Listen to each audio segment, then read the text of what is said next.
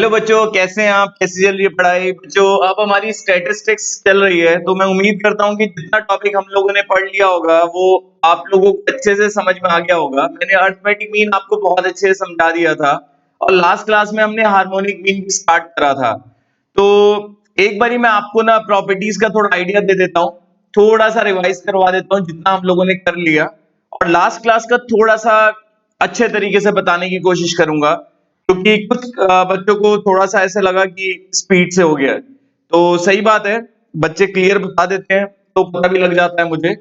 तो last class का topic अच्छे से रिवाइज करवाऊंगा मैं आप लोगों को, और एएम भी बता देता हूँ। तो अर्थमेटिक मीन बच्चों हमने पढ़ा था। अर्थमेटिक मीन का फॉर्मूला क्या पढ़ा था बच्चों? Sum of observations upon, definition थी sum of observations upon number of observations, summation x upon n. Individual series में होता है फॉर्मूला, और डिस्क्रीट सीरीज में क्या होता है बच्चों फॉर्मूला? उसमें एक्स और एफ होता है, तो summation F x upon summation F. ठीक है बच्चों। और कॉन्टिन्यूस सीरीज में भी सेम फॉर्मूला लगता है, बट उसमें एक्स कैसे आता है? एक्स जो होता है बच्चों, वो चाहे इंक्लूसिव सीरीज हो या एक्सक्लूसिव सीरीज हो, एक्स मिड वैल्यू से आता है। तो मिड वैल्यू दोनों केस में, चाहे एक्सक्लूसिव सीरीज में बाउंड्रीज बोलते हैं उसे, चाहे बाउंड्रीज की हेल्प से निकालो चाहे लिमिट्स की हेल्प से निकालो, मिड वैल्यू बच्चों सेम आती है। Summation F x upon summation F, continuous series में भी ये फॉर्मूला लगता है। उसके बाद बच्चों हमने क्या पढ़ा था? शॉर्टकट फॉर्मुलेस तो बच्चों मैंने आपको बताने ही हैं, शॉर्टकट फॉर्मुलेस मैंने आपको बताने हैं अरिथमेटिक मीन के, बट अभी डायरेक्ट अप्रोच ही बताइए। डायरेक्ट अप्रोच बच्चों वो होती है जो बाय डेफिनेशन निकलती है। ठीक है, तो हमारा टॉपिक चल रहा है, आप लोगों को पता ही है। मैंने आपको बताया था कि ये जो दो चैप्टर्स हैं हमारे, एक तो चैप्टर नंबर 14 और चैप्टर नंबर 15, ये स्टैटिस्टिक्स का 50% कवरेज है इन दोनों को मिलाकर, और जिसमें ज्यादा वेटेज इस चैप्टर की है। चैप्टर कौन सा चल रहा है बच्चों? मेजर्स ऑफ सेंट्रल टेंडेंसी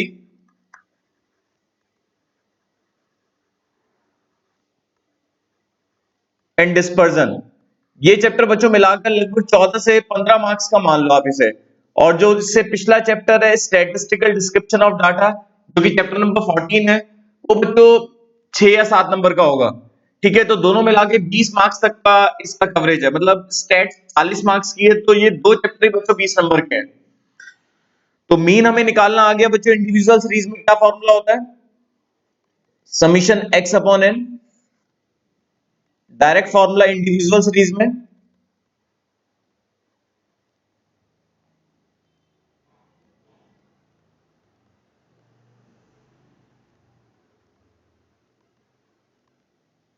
ठीक है बच्चों।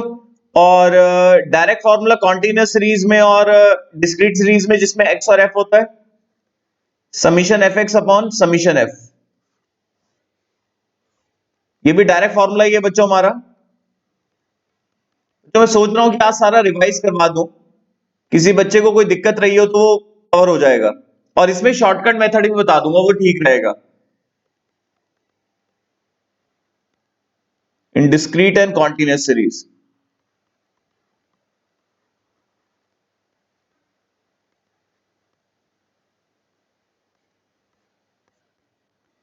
अब बच्चों डेफिनेशन क्या होती है? डायरेक्ट फॉर्मूला क्यों बोलते हैं इसे? क्योंकि बच्चों अगर आप ध्यान से देखो तो ऊपर समीशन एक्स है, समीशन एक्स, और यहां पर समीशन एफ एक्स है। दोनों का मतलब ही क्या होता है बच्चों? Sum of observations. और अपॉन में बच्चों एन है, और यहां पर समीशन एफ। तो एन और समीशन एफ दोनों का मतलब ही क्या होता है बच्चों? Number of observations.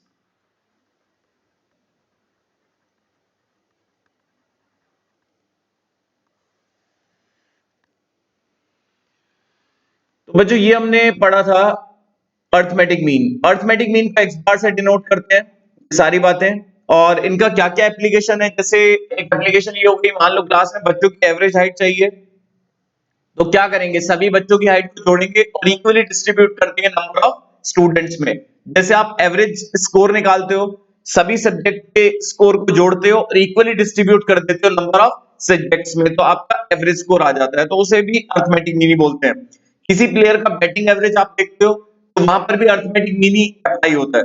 बट बच्चों ये बात ध्यान रखना कि जो हमने टर्म्स पढ़ी है, फर्स्ट डे हमने पढ़ी थी कि मैथमेटिकल एवरेजेस, तो एवरेजेस में एएम भी आता है बच्चों, एचएम भी आता है, जीएम भी आता है, बट जनरली अगर कहीं एवरेज है तो हमें खुद से ही पता लगाना पड़ता है कि उसमें एचएम निकालना है या डीएम निकालना है या एएम निकालना है। अब जैसे एवरेज स्कोर क्या होगा किसी भी प्लेयर का लास्ट 10 इनिंग्स का, तो वहां अर्थमेटिक मीन है।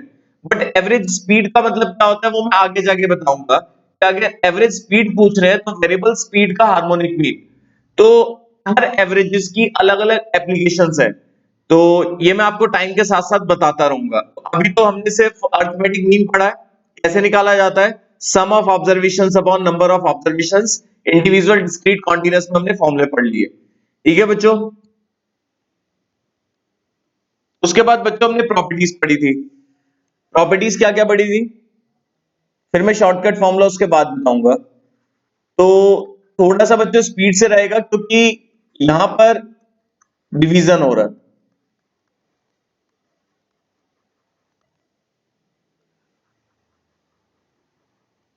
प्रॉपर्टीज ऑफ अर्थमेटिक मीन, तो स्टडी मटेरियल खोल लें बच्चों। स्टडी मटेरियल का पेज नंबर 6, 15.6 मतलब पहली प्रॉपर्टी। तो प्रॉपर्टी 1 ये है बच्चों, अगर वेरिएबल एक्स की सभी वैल्यू सेम है,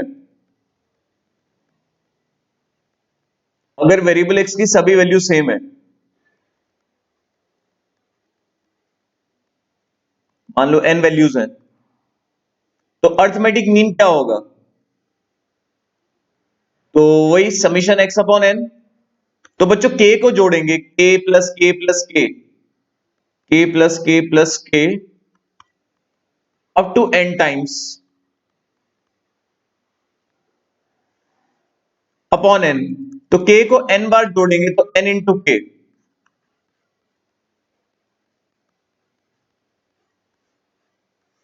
तो वही आया ना।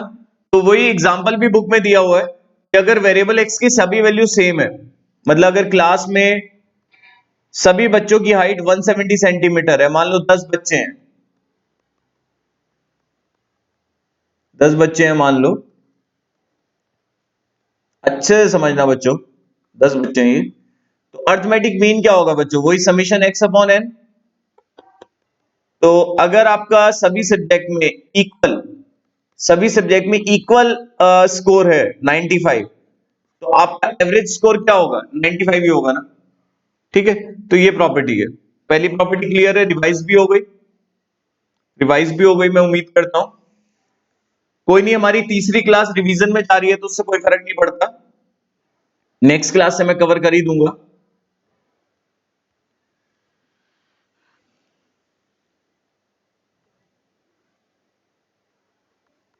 प्रॉपर्टी 2 खोलिए बच्चों।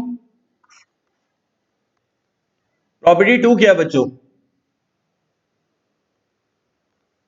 प्रॉपर्टी 2 है बच्चों, sum of deviation, sum of deviations taken from actual mean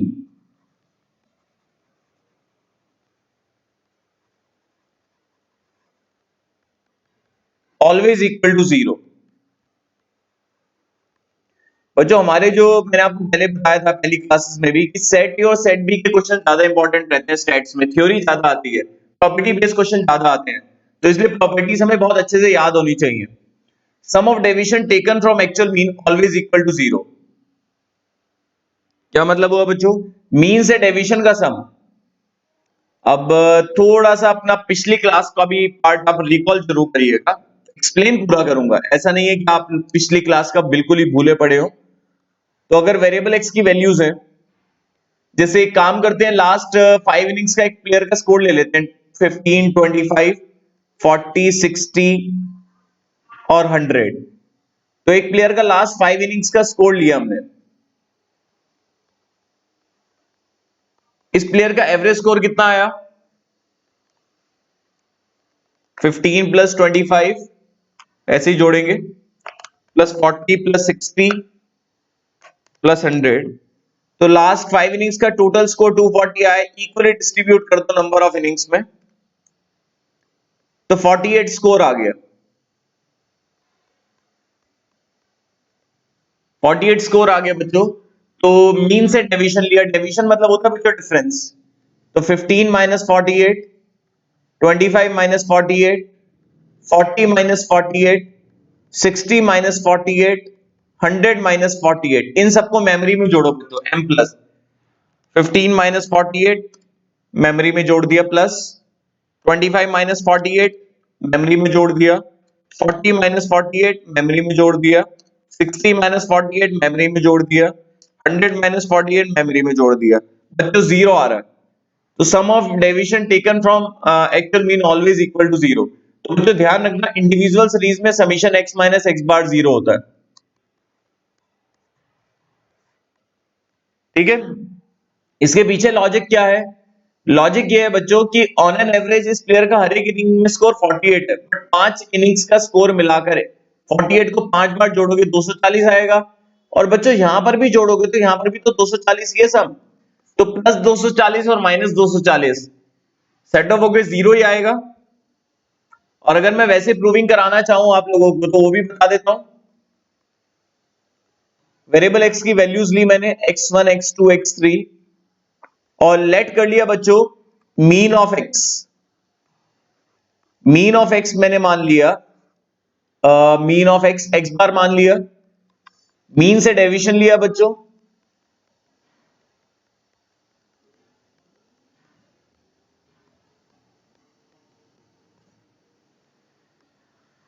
और मीन से डेविएशन का सम। अब बच्चों इसे वर्टिकली जोड़ो, वर्टिकली मतलब होता है बच्चों ऐसे जोड़ो, ऐसे मतलब x1 प्लस x2 ये वाली वैल्यूज को जोड़ोगे तो ये समीशन x आएगा, और बच्चों x bar x bar x बार n टाइम जुड़ेगा तो ये हो जाएगा nx बार।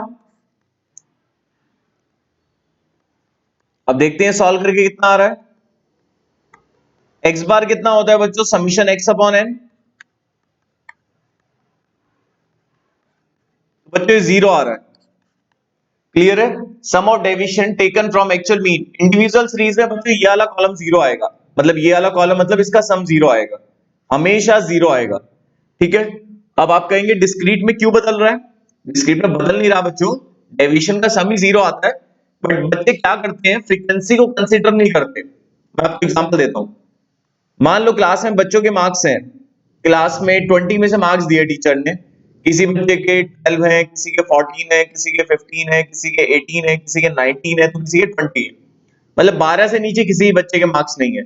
ये दो बच्चों के मार्क्स हैं, 3 है, ये 4 है, ये 7 है, 7 और 4 11 और 14 16, तो क्लास में 20 बच्चे हैं। एक बार हम जोड़ के देख लें कितने बच्चे हैं।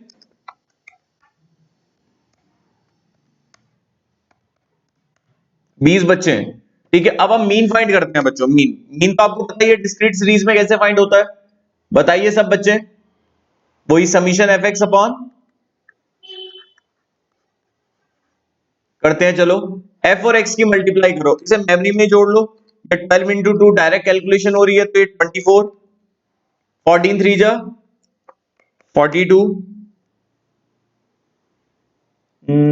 इन दोनों की मल्टीप्लाई करती, इन दोनों की करती, फिर 15 इंटू 4 60, ठीक है, और 18 इंटू 7 और फिर 19 इंटू 3 और प्लस 20, तो ये आ गया बच्चों। चाहो तो आप इसे डायरेक्ट ऐसे भी कर सकते हो, 12 into 2 memory plus 14 into 3 memory plus 15 into 4 memory plus 18 into 7 memory plus 19 into 3 memory plus 20 into 1, तो बच्चों ये 329 आ गया। तो मीन कितना आया बच्चों? 329 डिवाइड बाय 20, बच्चों 16.45 आ गया। इतना आया नहीं आया समझ में सब बच्चों को?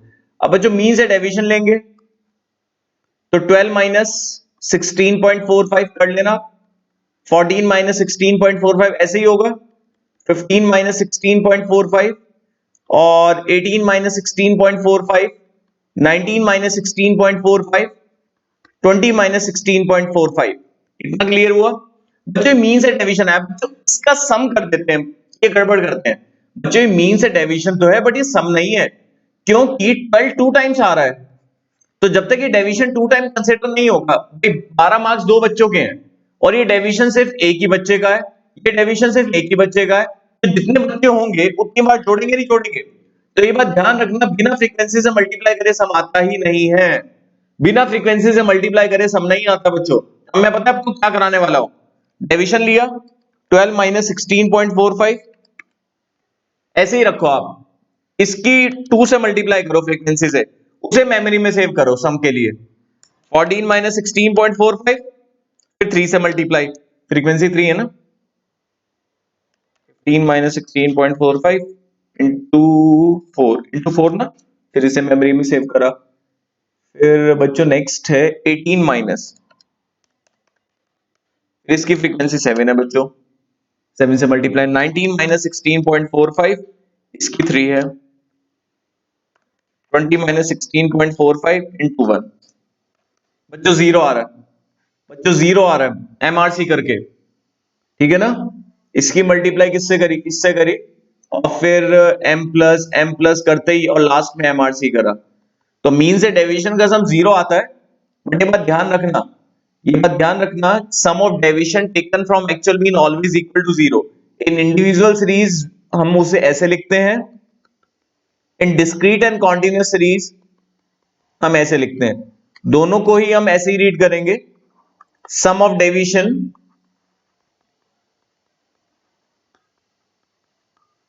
taken from actual mean always equal to 0।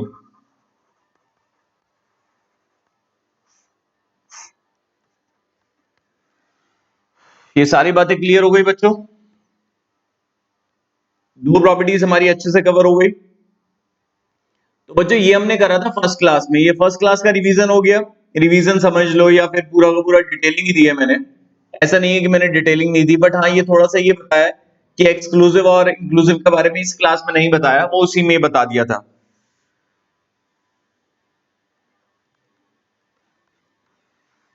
Next property पढ़ते हैं बच्चों, बुक से भी पढ़िए, पहले तो इसी प्रॉपर्टी को, सेकंड प्रॉपर्टी को पेज नंबर 7 पर रीड कर सकते हैं आप, ठीक है। नेक्स्ट प्रॉपर्टी, नेक्स्ट प्रॉपर्टी है बच्चों, arithmetic mean is affected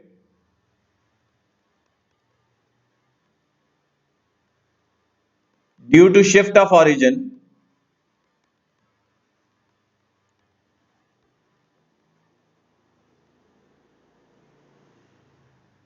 and change of scale.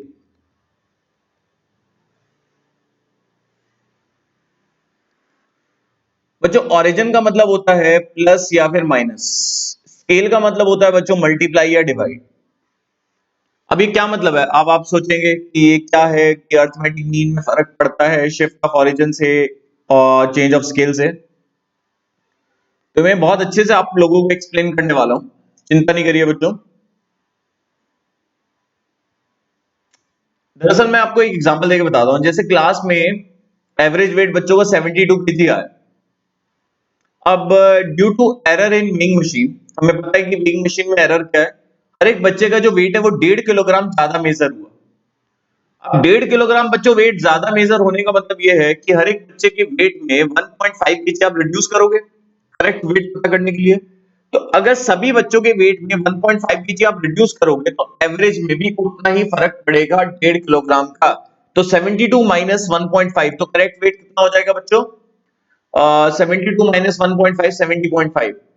ऐसे ही सपोज एरर प्लस वाला ले लेते हैं कि अगर हर एक बच्चे का वेट जो है वो 1.5 केजी ज्यादा मेजर हुआ, तो ये है कम मेजर हुआ, तो सभी बच्चों के वेट में 1.5 केजी हम ऐड करेंगे, तो करेक्ट वेट कितना हो जाएगा 72 प्लस 1.5, 73.5। तो अगर सब में सेम वैल्यू रिड्यूस कर रहे हैं तो मीन पे भी उतना ही फर्क पड़ेगा, सब में सेम वैल्यू ऐड कर रहे हैं तब भी मीन पे उतना ही फर्क पड़ेगा, मतलब प्लस करेंगे तो प्लस का फर्क पड़ेगा, माइनस करेंगे तो माइनस का फर्क पड़ेगा। इसे बोलते हैं बच्चों शिफ्ट ऑफ ऑरिजिन।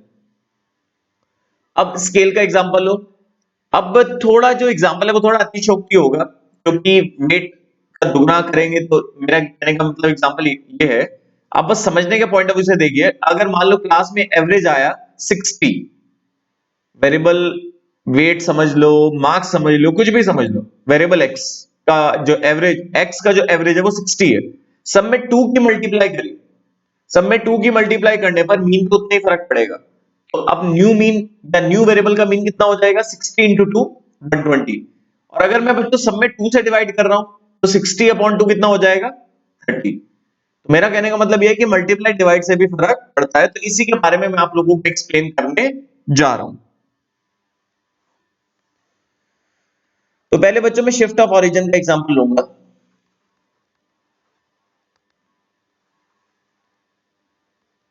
अगर वेरिएबल x की वैल्यूज हैं x1 x2 x3 and so on up to xn, सब में बच्चों किसकी मल्टीप्लाई करी न्यू वेरिएबल है बच्चों, ये तो है हमारा ओल्ड वेरिएबल और ये न्यू वेरिएबल। मल्टीप्लाई नहीं, शिफ्ट ऑफ ऑरिजिन है ना, सब में a ऐड कर दिया। a प्लस भी हो सकता है बच्चों, माइनस भी हो सकता है।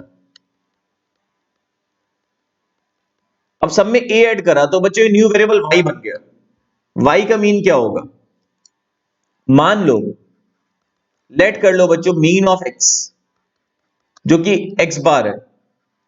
अब मुझे y का मीन चाहिए, तो किसी भी वेरिएबल का बच्चों अगर मुझे मीन चाहिए तो वही concept sum of observations upon number of observations summation y upon n।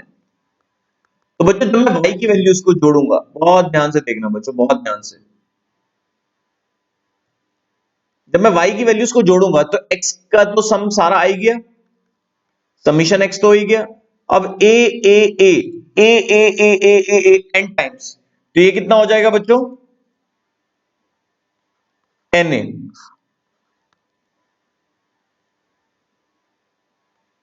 Summation x upon n, और ये x का मीन हो गया। तो अगर सब में a ऐड कर रहे हैं, तो बच्चों अगर सब में a ऐड कर रहे हैं, बहुत ध्यान से सुनना, a प्लस भी हो सकता है माइनस भी। तो मान लो हमारे एग्जांपल में देखें, वेरिएबल x का मीन 72 था, और सभी वैल्यूज में अगर मैं 1.5 सब्ट्रैक्ट कर रहा हूं तो मीन पे कितना फर्क पड़ेगा,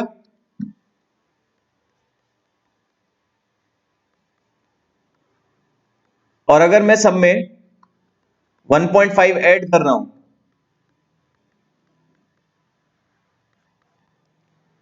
तो वही, अगर सब में आप a ऐड कर रहे हैं तो मीन पे कितना फर्क पड़ेगा, a ऐड होके ही आएगा। ये प्रॉपर्टी हमने पढ़ी है, मतलब प्लस माइनस से फर्क पड़ता है, मतलब mean is affected due to shift of origin. इतना क्लियर हो गया हो तो बच्चों बताइए।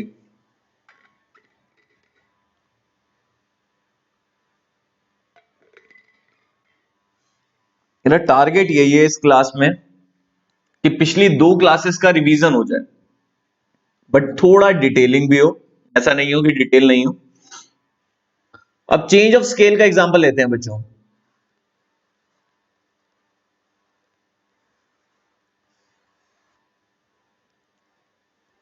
अगर वेरिएबल x की वैल्यूज है x1 x2 x3 and so on up to xn, इस बार न्यू वेरिएबल बच्चों बना कैसे, सब में b की मल्टीप्लाई कर दी।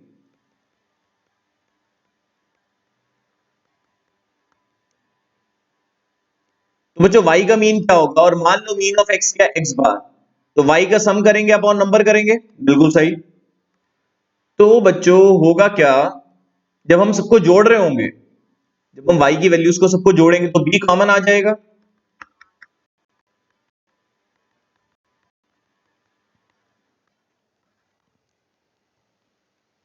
तो y का मीन क्या होगा बच्चों, ये तो x का सम हुआ, सॉरी सॉरी बच्चों सॉरी, ये x का सम हुआ अपॉन नंबर, और x का सम अपॉन नंबर क्या होता है बच्चों, x बार। तो क्या समझे आप, अगर आप सब में b की मल्टीप्लाई कर रहे हैं, अगर आप सब में b की मल्टीप्लाई कर रहे हैं तो मीन पे भी उतना ही फर्क पड़ेगा। देखिए देखो आप, अगर आप सब में b की मल्टीप्लाई कर रहे हैं तो जो न्यू वेरिएबल का मीन होगा वो ओल्ड वेरिएबल का जो मीन होगा उसका b टाइम्स हो जाएगा। मतलब मेरा एग्जांपल जो अगर मैं आपसे पूछ बताऊं आपको कि अगर वेरिएबल x का मीन मैंने कितना लिया था 60, सब में 2 की मल्टीप्लाई करी तो न्यू वेरिएबल का 120 हुआ था। और फिर दूसरे एग्जांपल में मैंने क्या कहा था कि सब में अगर आप 1/2 की मल्टीप्लाई करोगे, मतलब ये समझो कि 2 से डिवाइड करोगे, तो जो एडजस्टमेंट आप सब में कर रहे हो मीन पे भी उतना ही प्रभाव पड़ेगा। क्लियर है? अगर आप सब में कुछ भी एडजस्टमेंट करके न्यू वेरिएबल बनाओगे तो जो हर एक में एडजस्टमेंट कर रखी होगी वही न्यू वेरिएबल के मीन में ओल्ड वेरिएबल के रिस्पेक्ट एडजस्टमेंट होगी।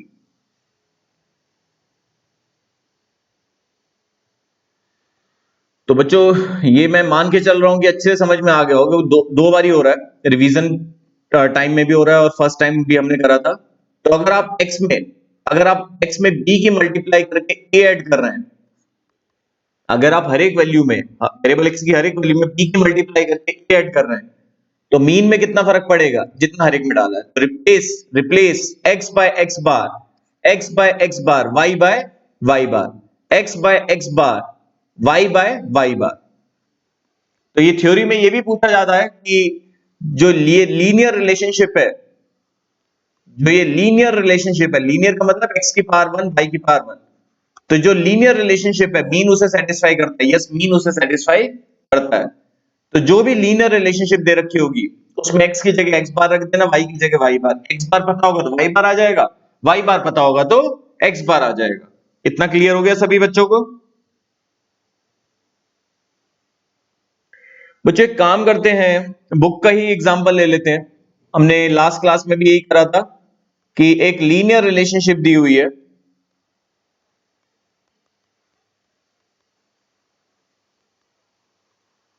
We have linear relationship between x and y, जिसमें हमें x का मीन बच्चों कितना दिया हुआ है, 15 दिया हुआ है। We need to find mean of y। तो तरीका, फंडा क्या है? फंडा क्या, कौन मुझे बताएगा?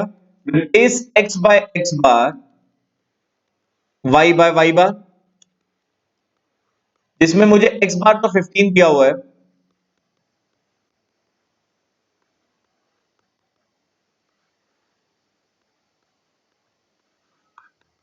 y बार कितना आ गया, -37/3।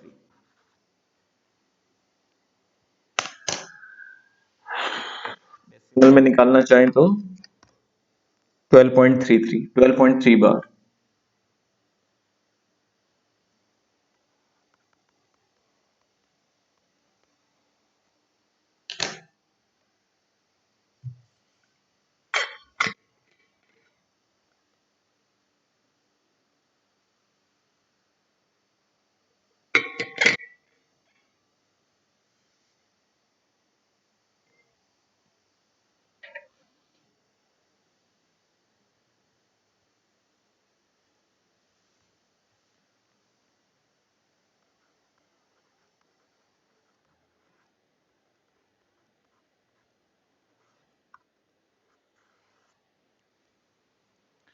Next property fourth.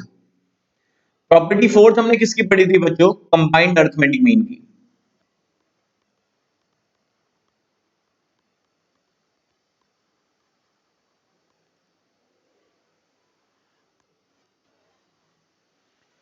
देखो क्लास में बॉयज और गर्ल्स का ग्रुप होता है, को एजुकेशन में बॉयज भी हैं गर्ल्स भी हैं। और दूसरा एग्जांपल मैं ऐसे ले सकता हूं, पहले इसे ही कंप्लीट करता हूं चलो। उसमें बॉयज का एवरेज वेट दिया होता है, गर्ल्स का एवरेज वेट दिया होता है, तो पूरी क्लास का एवरेज वेट कितना होगा? जो कॉन्सेप्ट बता रहा हूं उससे क्लियर हो जाएगा ये चीज कि ग्रुप्स को कंबाइन कैसे किया जा सकता है। ऐसे भी होता है जैसे क्लास में बहुत सारे सेक्शंस हैं, क्लास 10th में 10 सेक्शंस हो गए सपोज, या 8 सेक्शंस हो गए। हर सेक्शन का मान लो मैथ्स का एवरेज स्कोर पता है, किसी सेक्शन ए में एवरेज स्कोर है आउट ऑफ 100 75, किसी सेक्शन में 78 है, किसी में 92 है, किसी में 65 है। तो पूरी क्लास 10th का एवरेज कैसे निकालेंगे, तो वो भी इस कॉन्सेप्ट से हमें पता लग जाएगा। तो अगर मैं वैसे देखूं तो हमारे पास बॉयज हैं, गर्ल्स हैं। मैं मान लेता हूं कि नंबर ऑफ बॉयज सपोज 60 है, नंबर ऑफ गर्ल्स है मान लो 40। ऑन एन एवरेज मान लो ये n1 है, ये n2। ऑन एन एवरेज हर एक बॉय का वेट कितना है? 72। और हर एक गर्ल का वेट है suppose 52।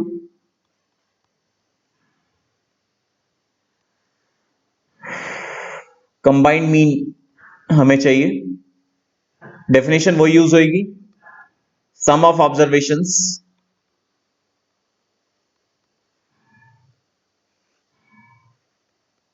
Upon number of observations. अब मुझे बताइए कौन बच्चा जवाब देगा। On an average, on an average हर एक बॉय का वेट कितना है? 72 केजीज। कुल बॉयज है कितने? 60। तो कुल वेट कितना होगा? 60 into 72, unitary method. On an average हर एक गर्ल का वेट 52 है, गर्ल्स है 60, 60 नहीं है, गर्ल्स है 40, और टोटल वेट ये हो गया। इक्वली डिस्ट्रीब्यूट करना है नंबर ऑफ बॉयज और नंबर ऑफ गर्ल्स कुल मिला के। तो कंबाइंड मीन को x बार 1 2 से भी डिनोट करते हैं। फॉर्मूला क्या हुआ बच्चों? n1 x बार 1 प्लस n2 x बार 2। दो से ज्यादा ग्रुप्स भी हो सकते हैं जैसे मैंने बताया, n3 x बार 3, n4 x बार 4 plus dot dot dot upon n1 plus n2 plus n3 plus n4 plus dot dot. ये फॉर्मूला बन गया जो बच्चा हमें लर्न करना है कंबाइंड अर्थमेटिक मीन का।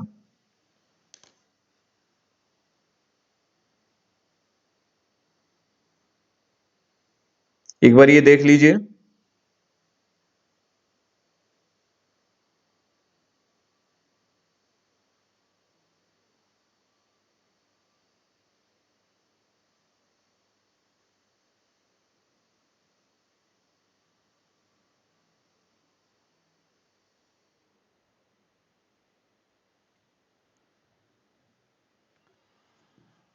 तो ये क्लियर हो गया सब बच्चों को यहाँ तक का? तो बच्चों ये था हमारा अर्थमेटिक मीन पूरा हो गया। मैंने आपको कहा था कि मैं इस क्लास में शॉर्टकट फॉर्मूला आपको बताने वाला हूँ, indirect approach for calculating arithmetic mean. But बच्चों अभी उसकी नीड नहीं है हमारे पास। तो पहली बात तो कैलकुलेटर है, कैलकुलेटर से हम तो कितनी भी बड़ी कैलकुलेशन हो, summation F x upon summation F या फिर एक्स की वैल्यूज को जोड़ना, तो वो तो हम कर ही लेंगे। बट फिर भी मैं आपको लोगों को बताऊंगा कि शॉर्टकट मेथड क्या होता है। अभी जो मेरा टारगेट है ना बच्चों, वो टारगेट मेरा ये है कि मैं पिछली 2 क्लासेस का अच्छे से रिवीजन करा दूं जिसमें मैंने एम को बता दिया। फिर मैंने दूसरा मैथमेटिकल एवरेज आप लोगों को बताना है, जो कि पेज नंबर कहां मिलेगा आपको? हार्मोनिक मीन पेज नंबर 16 पर।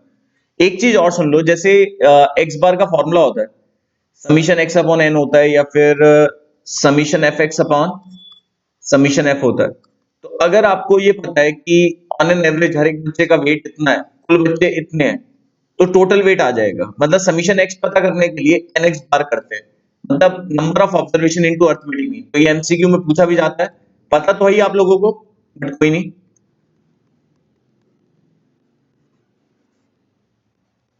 ठीक है। तो हार्मोनिक मीन खोलिए बच्चों। स्पीड से होगा बट इतना भी नहीं होगा कि आप लोगों को दिक्कत आए, रिवीजन है ना।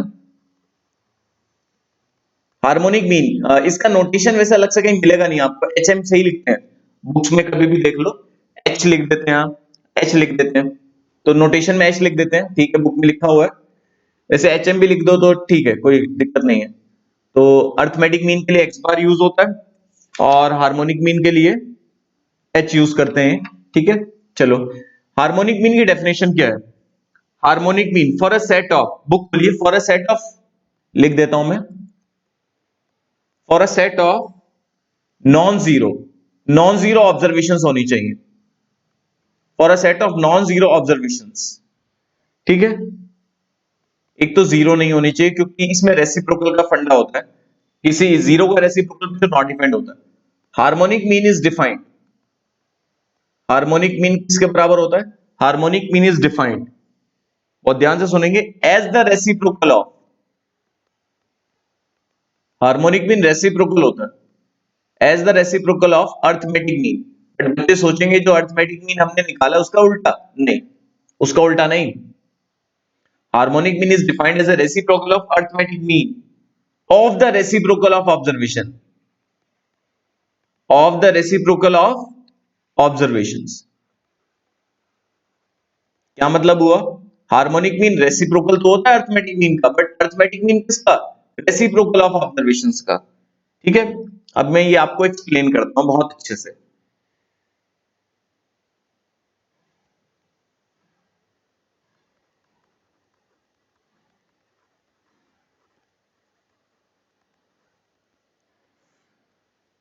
इंडिविजुअल सीरीज होगी हमारी, उसमें सीरियल नंबर होगा बच्चों और एक्स होगा 1 2 3, मान लो n ऑब्जर्वेशन है।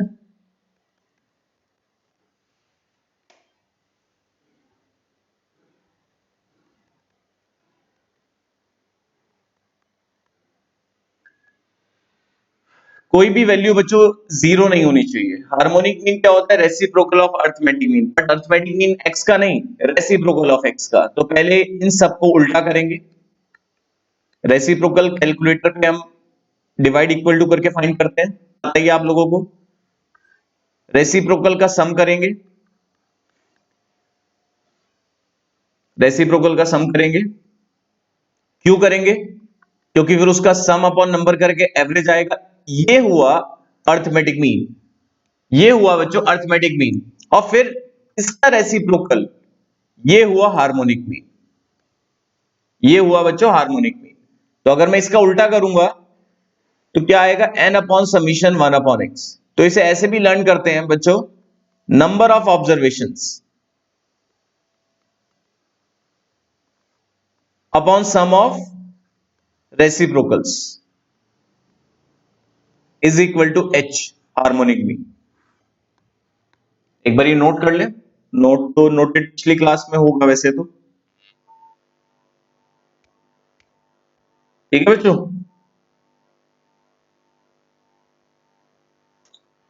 तो बच्चों मैं आपको एग्जांपल लेके बताऊं, मैंने बुक का एग्जांपल लेना है, बुक से थोड़ा डिफरेंट ले लेता हूं। चलो मान लो वैल्यूज हैं 15, 18, 24, 30 और 40।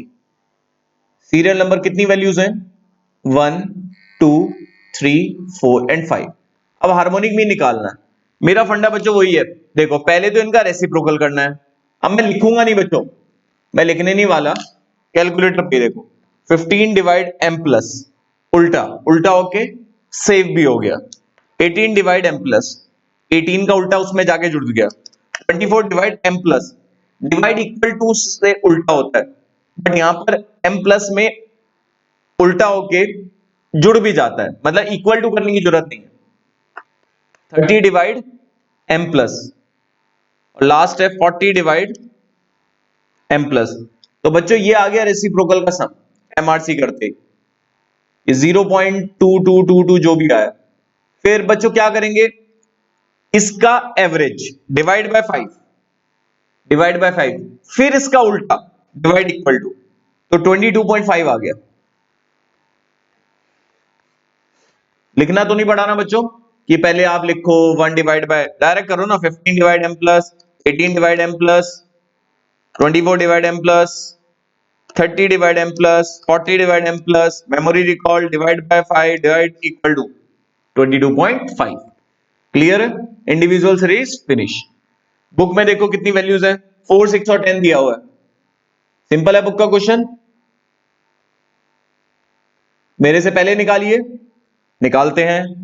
4 divide m plus, 6 divide m plus, 10 divide m plus, MRC divide by 3 of a divide equals to 5.81। Harmonic mean आ गया 5.81 अप्रॉक्स। इंडिविजुअल सीरीज खत्म। डिस्क्रीट पे आ जाओ।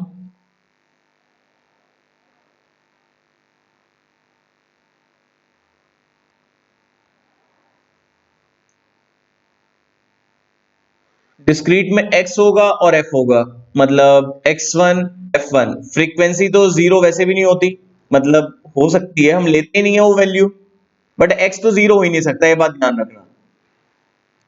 x तो जीरो हो ही नहीं सकता। फ्रीक्वेंसी इसलिए जीरो नहीं होती क्योंकि अगर वो वैल्यू नहीं होगी तो फिर हम लिखेंगे क्यों। तो हार्मोनिक मीन की डेफिनेशन वही यूज करो, पहले सबका रेसिप्रोकल करो। मान लो ये 3 है, 3 4 टाइम्स आ रहा है, 3 कितनी बार आ रहा है? 4 टाइम्स, तो 1/3 4 टाइम्स लिया जाएगा। समझ रहे हैं ना? तो 4 को उल्टा नहीं करेंगे आप, फ्रीक्वेंसी को उल्टा नहीं करेंगे, ठीक है।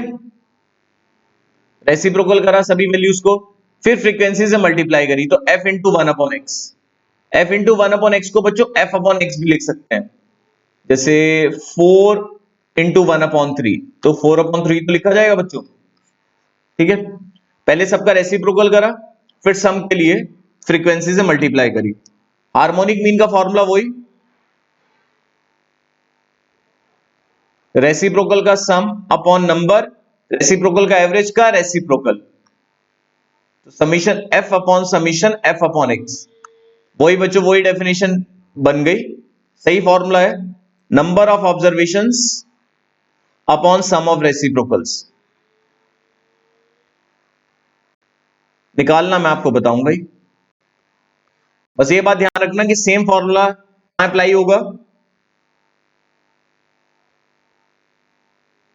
Same formula shall also apply, या same formula is also applicable for continuous series. Interval form जो होती है 0 to 10 इस टाइप से, उसमें x कैसे आता है बच्चों, मिड वैल्यू से, चाहे वो एक्सक्लूसिव सीरीज हो, बता रहा मैंने पहली क्लास में, चाहे वो इंक्लूसिव सीरीज हो।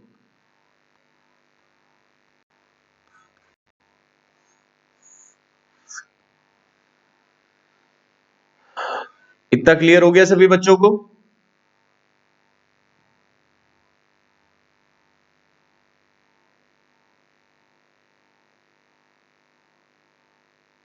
चलो डिस्क्रीट का क्वेश्चन देखें, बुक वाला भी देखेंगे और अपना भी देखेंगे, जैसे 12, 14, 18, 19, 24, 28, ये 30 में से मार्क्स हैं।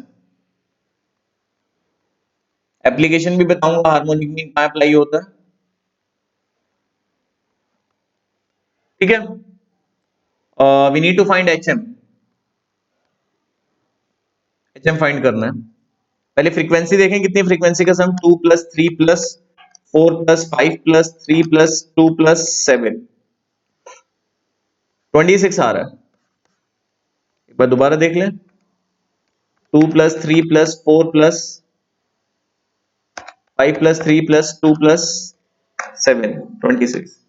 क्या करते हैं बच्चों, अगर मैं ध्यान से देखूं तो हार्मोनिक मीन का फॉर्मूला ये होता है, रेसिप्रोकल किसका,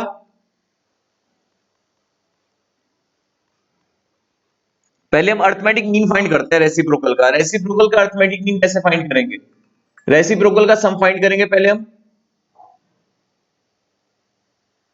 रेसिप्रोकल का सम फाइंड करेंगे ना, F upon x,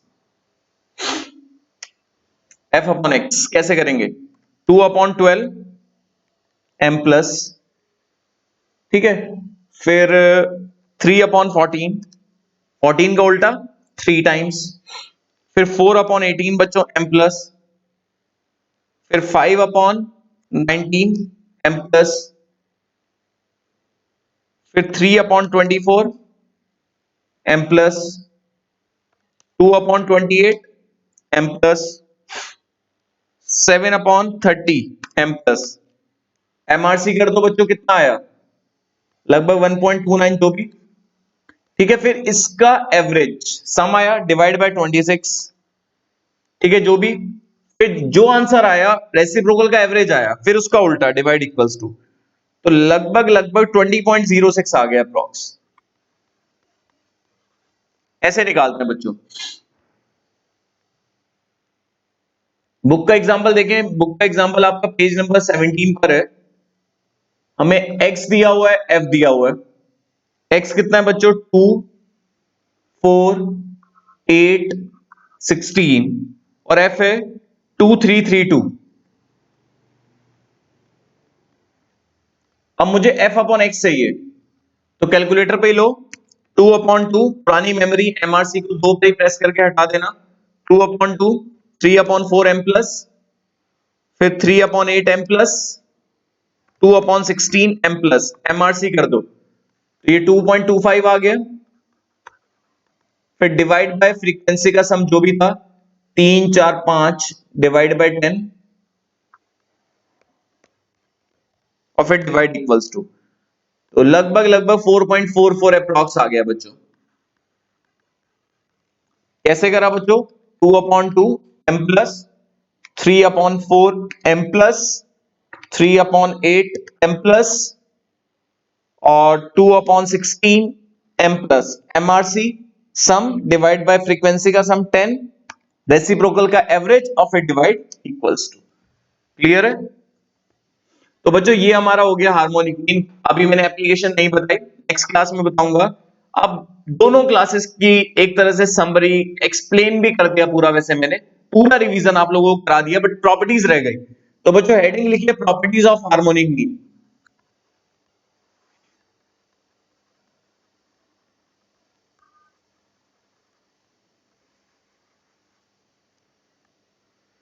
properties of harmonic mean. अब बुक की पहली प्रॉपर्टी देखिए, बिल्कुल same to same arithmetic mean की तरह है। अगर वेरिएबल एक्स की सभी वैल्यू सेम है, अगर वेरिएबल एक्स की सभी वैल्यू सेम है तो हार्मोनिक मीन उसी के बराबर होगा। अगर वेरिएबल एक्स की सभी वैल्यूज के हैं,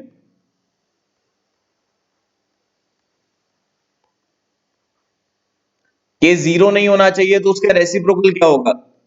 वन अपॉन के वो भी कांस्टेंट ही होगा। अब रेसिप्रोकल का अर्थमेटिक मीन, हार्मोनिक मीन क्या होता है? Reciprocal of summation one upon X upon N. तो अगर one upon K N times add होगा तो एन इंटू वन अपॉन के, ठीक है, मतलब एन अपॉन के अपॉन एन, और फिर रेसिप्रोकल ऑफ वन अपॉन के का उल्टा, सॉरी वन अपॉन के का उल्टा के। तो अगर वेरिएबल एक्स की सभी वैल्यू सेम है तो हार्मोनिक मीन भी क्या होगा? उसी के बराबर। हार्मोनिक मीन भी क्या होगा? उसी के बराबर। बच्चों वैसे मैं आपको बता देता हूं कि अर्थमेटिक मीन आपको निकालना आता है, हार्मोनिक मीन भी निकालना आता है। इन जनरल अर्थमेटिक मीन बड़ा निकल के आता है, आप चेक करके देख लेना। पिछला क्वेश्चन आपने निकाला ना, जो स्टडी मटेरियल का क्वेश्चन था 4.44, उसका अर्थमेटिक मीन भी निकालना, अर्थमेटिक मीन बड़ा आएगा। बट अर्थमेटिक मीन और हार्मोनिक मीन एक केस में सेम हो सकते हैं, जब वेरिएबल एक्स की सभी वैल्यू सेम हो, तो जो अर्थमेटिक मीन निकल के आएगा वही हार्मोनिक मीन निकल के आएगा, क्योंकि अर्थमेटिक मीन भी उस केस में के होगा और हार्मोनिक मीन आपके सामने मैंने निकाला ही है के। कंबाइंड अर्थमेटिक मीन पढ़ा था बच्चों आप लोगों ने? सही। अब कंबाइंड हार्मोनिक मीन पढ़ने जा रहे हैं। क्या पढ़ने जा रहे हैं बच्चों? Combined harmonic mean.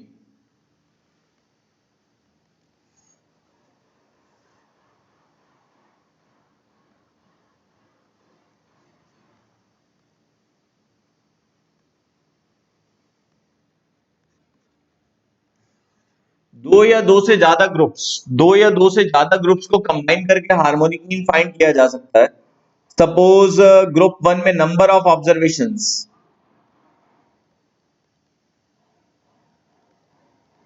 n1 है,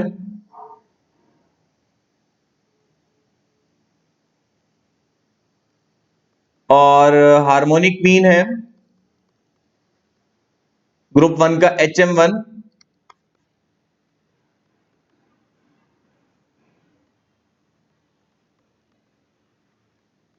ग्रुप टू में नंबर ऑफ ऑब्जर्वेशंस n2 है, और हार्मोनिक मीन है, दोनों ग्रुप्स का अलग अलग मीन पता है हार्मोनिक मीन। चलो ध्यान से सुनना, इसका मीन निकला कैसे होगा वैसे? hm1 number of observations upon sum of reciprocals, यही तो होता है फॉर्मूला। इसमें नंबर ऑफ ऑब्जर्वेशंस n1 है, तो अगर इस ग्रुप के अंदर जितनी भी वैल्यूज हैं उनका रेसिप्रोकल का सम चाहिए, तो क्रॉस मल्टीप्लाई करके आ जाएगा बच्चों। ये यहां डिवाइड में इधर आके मल्टीप्लाई हो जाएगा। तो फॉर्मूला प्रूव करके बता रहा हूं मैं। तो n1 अपॉन ये डिवाइड में आ जाएगा। तो ग्रुप वन में जितनी वैल्यूज हैं उसमें उनके ग्रुप वन में जितनी वैल्यूज हैं उसमें रेसिप्रोकल का सम आ गया n1 upon hm1। Similarly group to में सम ऑफ रेसिप्रोकल्स कितना आएगा? चलो ये आएगा। अब मैं लिख दूं बच्चों कंबाइंड हार्मोनिक मीन, वही डेफिनेशन यूज करो, फॉर्मूला फिर अभी रटा जाएगा, अभी रटेंगे। Number of observations upon sum of reciprocals. Number of observations बच्चों कितनी है? n1 प्लस n2 जितने ग्रुप्स होंगे, रेसिप्रोकल का सम ग्रुप 1 में जितनी वैल्यूज है उनका रेसिप्रोकल का सम इतना है, ग्रुप 2 में इतना है। इसी पैटर्न से ये फॉर्मूला बन जाएगा। तो फॉर्मूला क्या बना बच्चों? कंबाइंड हार्मोनिक मीन का n1 plus n2 plus n3 dot dot dot upon n1 upon hm1 plus n2 upon hm2 plus n3 upon hm3। Clear है बच्चों? दोनों क्लासेस का रिवीजन हो गया बच्चों। तो मैं उम्मीद करता हूं कि आप लोगों को अच्छे समझ में आ गया होगा और टाइम के साथ साथ आप लोगों को ऐसे ही रिवीजन हर टॉपिक का मिलता रहेगा। चलो बाय बाय बच्चों।